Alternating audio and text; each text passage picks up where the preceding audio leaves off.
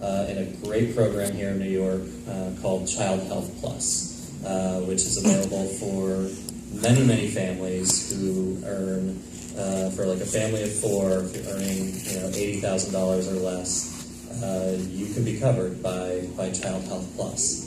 And it'll cover you regardless of immigration status for kids, which is fantastic. So her family enrolls her on Child Health Plus. They think everything's going to be great, and Lula's going to get the care she needs. They find out very quickly that Child Health Plus has some limitations. Lula has some very severe feeding issues that mean that she needs nursing care 24 hours a day. She needs someone to be there to change her medicines, to make sure that she's feeding properly. And as a result, her mother had to quit her job, and her grandmother, who was a nurse, had to retire early just in order to make sure that these sort of basic needs are getting met. Lula also found the need for various sorts of physical therapy services, which were all limited under Child Health Plus. So her family's really struggling. The bills are mounting. They need to quickly find another option in order to make sure that Lula gets the care that she needs. The only type of insurance that would cover Lula, meet Lula's needs, provide for everything that was medically necessary for this girl was Medicaid. And that is the single biggest target of what is being proposed right now in Congress in the American Health Care Act, and in the bill that's progressing through the Senate, which is very similar. And we'll talk about some more. So how are kids covered here in New York? Well, a lot of them are on the same kinds of insurance that Lula's on. Right now in New York State, 97%, more than 97% of kids have health insurance. And that is a historic all-time high. Before the Affordable Care Act, there were about 100,000 additional kids in New York that were without coverage that now have it. Most kids in New York State are covered by either Medicaid or Child Health Plus. The remainder of kids are covered by employer plans or plans that were purchased individually by their parents. So what does the ACA, the Affordable Care Act, Obamacare, they're all the same thing. What do they do for kids?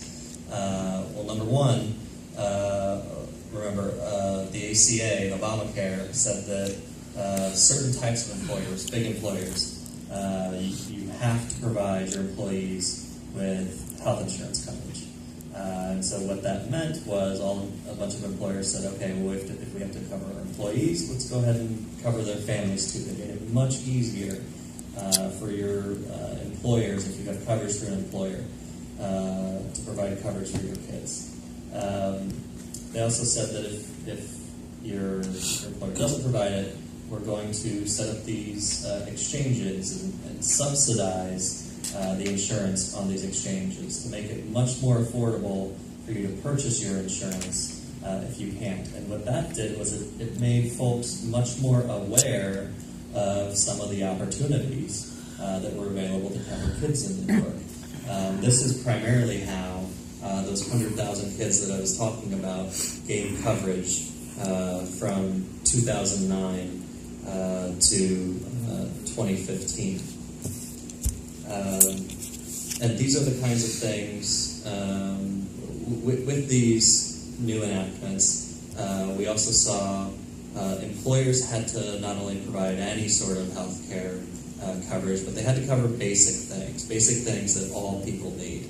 They had to provide coverage for maternity and newborn care, so that $80,000 bill that Lula's family got stuck with would not have happened if the Affordable Care Act was in place at that time. Basic pediatric services, a lot of physical therapy services. A lot of kids need speech therapy when they're first starting out and they're young, and maybe they have some delays. All those kinds of services now have to be covered by employer plans. Same things with the plans purchased on the individual marketplace. Those protections are all in place now as well. There is many more of the protections there. A couple that I forgot to mention: prescription drugs, mental health services. No more annual or lifetime limits. So when it came to cases like Lula, when she was born, she had a $80,000 bill right out of the gate. When it comes to 24-hour nursing care and those sorts of things, those bills just mount up. And if you're not fortunate to have the coverage that Medicaid covers, insurance companies were saying, there's a limit to how much we'll pay in any given year. There's a limit to what we'll pay over the course of your lifetime. I mentioned briefly that when Lula was sort of in search of the sort of best health care to suit her needs, very briefly, she was on Child Health Plus. This is what this program looks like today. It's funded in large part by federal funding. Right now, we're not seeing a lot of the attacks on Child Health Plus funded through the Children's Health Insurance Program at the federal level. We're not seeing those attacks within the congressional health care proposals, but we are seeing them in the Trump budget. So no matter what happens with the federal health care bill, expect this to come up later. And this program is set to expire. It's set to expire on September 30th of this year. And if it's not renewed, this is another big lifeline for a lot of New York families that could go away. So Medicaid, I keep coming back to Medicaid because it's, I think, the single most important thing for kids here in New York State. Right now, the way that Medicaid is financed is it's sort of a promise between the federal government and families that no matter what your health care costs, when it comes to kids, no matter what the costs are for medically necessary care for kids, the federal government will match it dollar for dollar. And those of you sort of reading the news, following the news, may have heard of things like block grants and per capita caps and wondered what the heck are these silly sounding things. Those are ways to stop that sort of dollar for dollar matching and allow for the federal government to make a huge cut in what it pays for kids. So instead of the federal government matching everything dollar for dollar, they're going to cap it at a fixed amount, hand a large chunk of the pie to the state, and say, operate your program. We don't care how much the care costs. We're no longer going to match it dollar for dollar. And so what our concern is, you see right now in New York, children up to 154% of the federal poverty level. So a family of three, that's a family earning about $31,000 a year. Family of four earning about $37,000 a year. Those families are covered right now.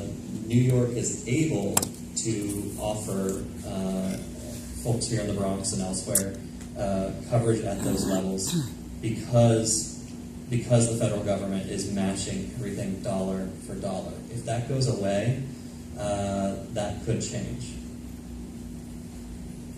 Other things that are important that Medicaid does for kids. You get free checkups, right? I think we've all heard sort of the phrase, an ounce of prevention is worth a pound of cure, right? So if you identify a healthcare issue sort of early, if you have kids who might be delayed with their motor skills or mobility or their ability to get around, or maybe need some help with speech therapy, if you identify those things early on, it is much cheaper than letting those things progress on into later in life. Other great reasons to invest in kids is it keeps them healthy and ready to learn, and it saves money in the long run. If you identify certain types of cancers early, if you identify other diseases sort of very early in the process, it saves money. Not only does it benefit those kids and help those kids, but it'll make it better for them in the long run. And with Medicaid, just like the sort of the private insurance protections we were talking about earlier, it covers all these same things: maternity care, newborn care, pediatric services, prescription drugs. Again, everything that's medically necessary that a kid could need is covered under the Medicaid program. So what does that look like sort of across the state in terms of the breakdown? The top line there is the total number of kids on Medicaid in New York State, and that number includes all of the kids in New York City. You'll see, when it comes to Medicaid, excluding the Child Health Plus numbers, that's about 47% of kids. Within New York City, that number is much higher. And you see here in the Bronx, we've got about 300,000 kids who depend on Medicaid for those basic healthcare services and the more complex services that they need in their daily lives. Similar numbers in Brooklyn. But you see this issue is particularly important here. What else does Medicaid sort of do for kids in the Bronx? A lot of high schools here in the Bronx have school-based health centers. Those school-based health centers that provide services to kids within the school setting, those are funded by Medicaid.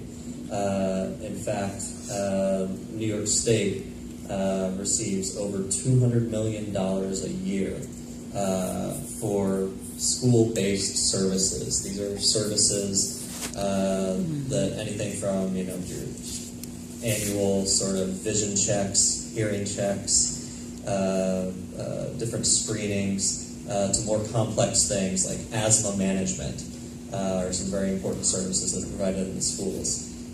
Foster care, it's another huge benefit for kids. I think we all remember sort of when Obamacare and the ACA was rolled out. All of a sudden, everybody could stay on they said you can stay on your parents' insurance till you're 26. Isn't that fantastic? Well, not all kids in foster care have a parent or a family member that they can stay on their insurance till 26. So what they did was they said, well, let's make Medicaid available to those kids, right? That way they have the same benefits and through the age of 26 can have their care paid for the same way as folks on private insurance. Then early childhood education. So it covers a lot of the developmental services that I've already touched on. A lot of people don't know, so I usually save this slide for when I'm talking to folks who are maybe skeptical of investing in Medicaid. They don't necessarily think that their neighbors or folks in their community need Medicaid and don't think of the benefits on the human level. So I think if you're talking to skeptics and if you're talking to folks who just don't seem to get it, sometimes the money moves them, right? And kids who are on Medicaid, there are studies where if you look at the eligibility levels in states like New York and California, and you compare them to eligibility levels in other states where they're lower, and you look at the kids who had coverage on Medicaid, and you compare them to the kids that didn't have coverage on Medicaid, we know that kids who are on Medicaid are more likely to graduate high school. They're healthier. They're able to get their daily needs met in a way that other kids aren't, and that helps them, right? They're more able to graduate high school. They have higher lifetime earnings than ineligible peers. I mean, when you talk about breaking the cycles of intergenerational poverty, Medicaid is one of the best tools we have. And every $1 invested in prenatal care saves $8 in future healthcare costs for kids. So this is my slide for the Medicaid skeptics, and that usually gets the conversation going in the right direction. I talk about kids a lot from the Children's Defense Fund. That's sort of my focus, but Medicaid's not just about kids, right? So when we're talking about these cuts, we're not just talking about cuts for kids on Medicaid, we're talking about cuts for anybody who might be on Medicaid. These numbers are a little bit old, but they're the most current available. And what you see here is 70% of the people, is the left-hand column there, 70% of the people, you add up the kids, you add up the individuals with disabilities, you add up the elderly, 70% of people on Medicaid are children, individuals with disabilities, seniors, right? And if you look at sort of spending on those four different populations, you see that when it comes to kids, the individuals with disabilities, and seniors, that accounts for 80% of the costs. So when you think about who these cuts are going to impact everybody, but they're really going to hit our most vulnerable, right? They're really going to hit kids and seniors. A lot of folks don't realize that over 70% of folks with nursing home care rely on Medicaid to help pay for that care. If all of a sudden the state is coming in, or the federal government's coming in and saying, we're going to make these huge cuts, what happens to those folks? Where do those folks go, right? So what is Congress proposing? What's going on there? A lot of people may have heard of the American Health Care Act. This is the bill that they tried to trot out and said they were going to have on President Trump's desk on day one. Folks got out. They made their voices heard. They were able to delay things and push it back, and it didn't end up passing the House until May 4th. People try and describe it as a health care bill. It's not a health care bill. It's a massive tax cut for individuals earning $250,000 a year or more, and it's a massive tax cut for insurance companies. And they're paying for the tax cut by slashing the Medicaid budget by 25%. And in this particular bill, the one that passed the House, they also cut subsidies for health insurance. So if you're buying your health insurance through the New York State of Health marketplace, those subsidies are being cut. That care is going to be more expensive to you. So tell me how you can call that a health care bill, right?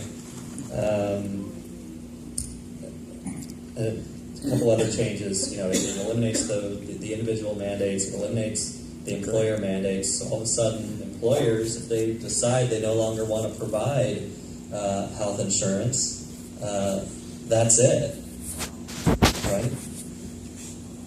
So the other thing that's happened. So when bills go to Congress, we've got the House and we've got the Senate. The House passes one bill. The Senate, they do their own thing. They get to pass whatever bill they want.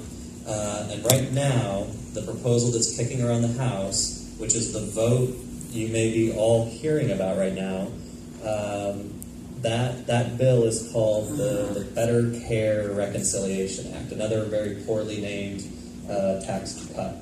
The vote is expected to take place as early as this Thursday, June 29th. When you look at the provisions of that bill, we still don't get a health care bill out of this.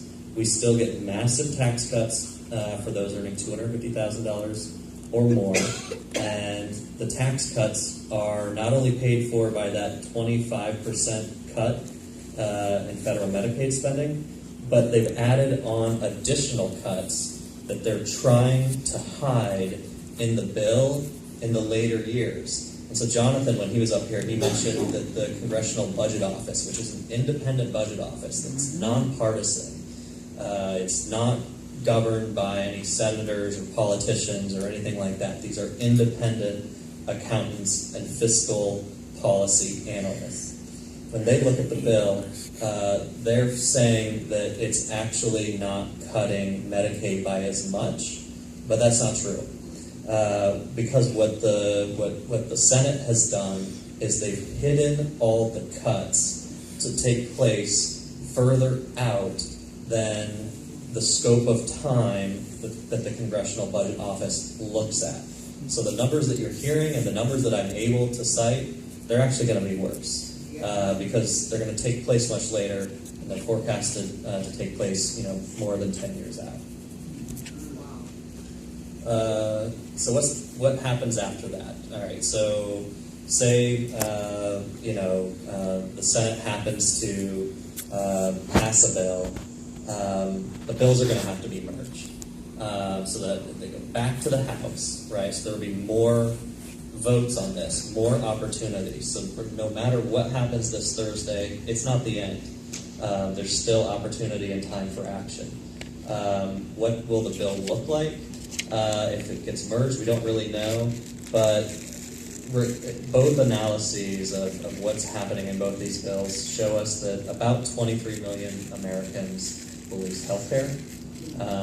There will be no more dollar-for-dollar match for Medicaid, and that's going to do nothing but shortchange families.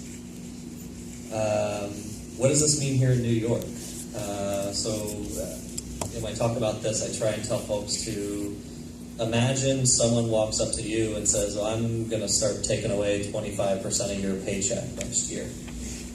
Imagine the kinds of things that you're going to have to scale back on, kinds of things that you're going to have to cut.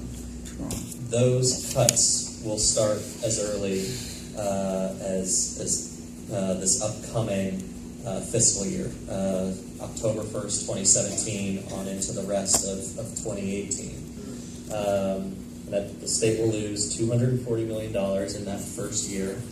As these cuts grow and accumulate, it's going to hit a point where Medicaid on its own is going to be cut by $7 billion per year, and those numbers will keep going up. What does that mean practically? So that last slide was what happens to the state. What does this mean for families? Well, if you think about it, fewer kids are going to be covered, right? Because, you can't cover the same amount of your bills if your employer is telling you that they're going to cut 25% of your paycheck. So you're going to have to scale back. You're not going to be able to do as much for your family. So fewer kids are going to be covered, right? The benefits available are going to be worse, and families are going to be left to look for ways to pay for care and costs on their own. So specifically, how does that happen? What could happen? Well, as we were sort of setting up sort of how Medicaid works earlier on,